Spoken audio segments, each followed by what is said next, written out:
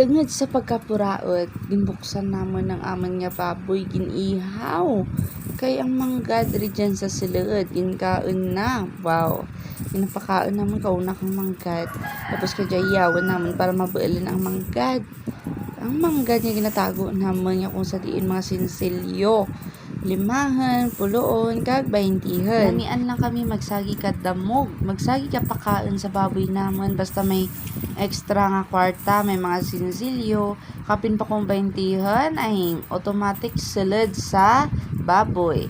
Pero kung iba, mapisura naman ginaabay. Kaya syempre, bugat lang di ako gamay ang matipon na namita na nga amukaraho. Hindi kiti tama ka bugat, kag hindi kiti tama ka duro. Parang hindi tamayawan ka isip. Yawan ta rin ka nga puloon lang ramong 5 kag 20. Ano na lang ba kung pati pisuson. Diba? So, amrian, sige pi ulai.